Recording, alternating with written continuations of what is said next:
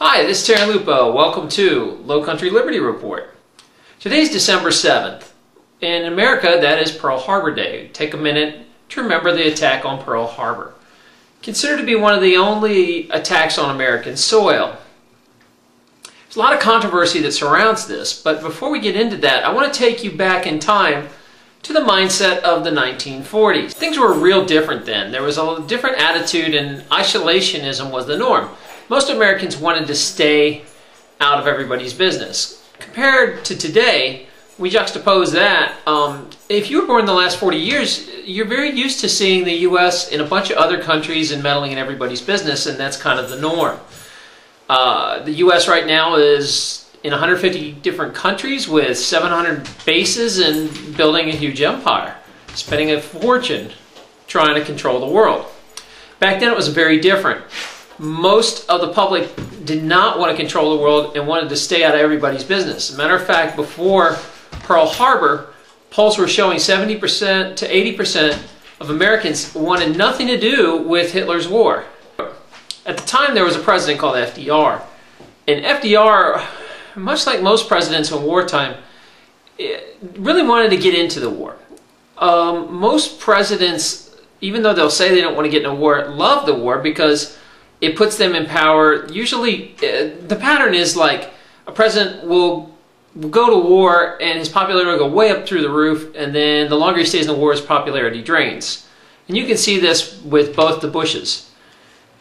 What happened with FDR is he was having a lot of headaches, and he really wanted to get into the war over in Germany. He wanted to get into Hitler's war, and he kind of tried to take a backdoor way in by going through Japan, provoking Japan into a war.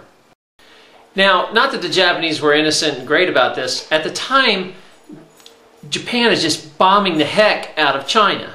And it's all over the news and very upsetting that all these missionaries and Christians are getting their churches blown up, which somehow is killing Christians is somehow different than killing other people, but in America it is. So the U.S. sentiment is really getting annoyed about Japan's involvement killing all these missionaries. Roosevelt really dislikes the Japanese, and he starts cutting relations with the Japanese. Now, the Japanese have warned that if you do these few things, that you're going to provoke them into a war. Roosevelt knows what he's doing, and what happens is basically the U.S. sets up bases on the outer rim. They move the fleet from San Diego to Pearl Harbor, and they stop trading oil with Japan. It's an embargo. And so Japan sees this as a huge threat that America's preparing to move on them and start a war, so Japan decides to strike first. Meanwhile, Japan's already said that if you do these three things, that you're going to provoke the war. Roosevelt knows this and does it anyway because he wants in the war. Here's the big controversy. Did they know about Pearl Harbor? Now, the Americans had broken the code almost, I think 2 years before Pearl Harbor happened, and they'd really started to get refined months beforehand, getting very good at breaking codes.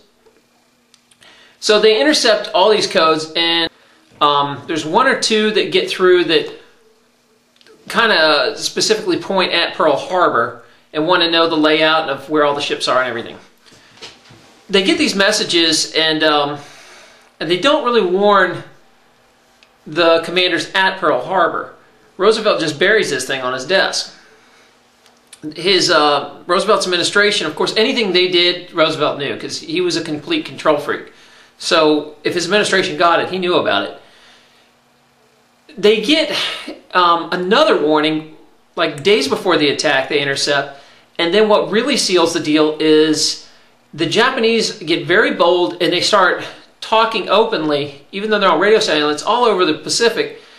And the talking's so blatant that cruise ships are picking up the information, private cruise ships. And they're outside of Pearl Harbor. And some of the bases on the coast of California and the West Coast are picking up these messages, and they can triangulate, and they know the fleet's out there because they can hear them talking, that they're really close to Pearl Harbor. Yet they still do not warn Pearl Harbor. They even go blatantly that from Roosevelt's administration, they send out this message saying that even if you knew the fleet's there, do not attack the fleet. Let them attack first, because we want to be. We can't be seen as the aggressors. Japan has to be seen as the aggressors. So that's the big controversy. Did FDR already know? I mean, could he save the lives of all these people in Pearl Harbor? Now, I'm a little more cynical because I think realistically, presidents make choices about life and death all the time. They'll look at a situation and say, well, how many American lives is this going to cost to get this done? And the military does this constantly. So I don't think it's very unrealistic to think somewhere there's a meeting where they're sitting down and they say, you know, it's going to cost a couple thousand American lives, but then you're going to have your way. Congress is going to back you. America's going to get behind you and finally get into World War II and make a bunch of money. So I don't think it's very unrealistic to think that the president would be like, okay, it's just a couple thousand lives. I mean, they send people off to war all the time. A couple thousand lives means nothing. Sometimes to politicians. It's just a cost of other people's lives. And that's a sad thing to say, but that's politics. And that's nothing new. It doesn't matter what war you're talking about. So that's the controversy. I think in a day of remembrance, it's terrible that these people got killed. It's terrible anytime someone gets killed in war. But I don't want to gloss over that could this have been prevented had America not stuck its nose in to other people's business? How much of it is America's fault? How much of it is the Japanese fault? It's like hitting a hornet's nest and getting mad that the hornet stung you. You know, I'm not exactly sure that I'd like this to be a lesson in the future. Is if we just leave people the hell alone, they'll probably leave us alone. A lot of times the U.S. gets attacked because they provoke it.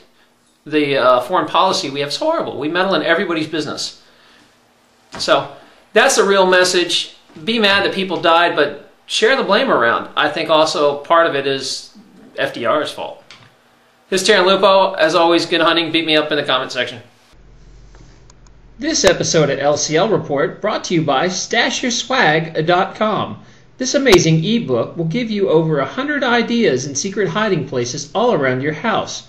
None are over $50. Most of them are free. Remember, StashYourSwag.com. Go check it out.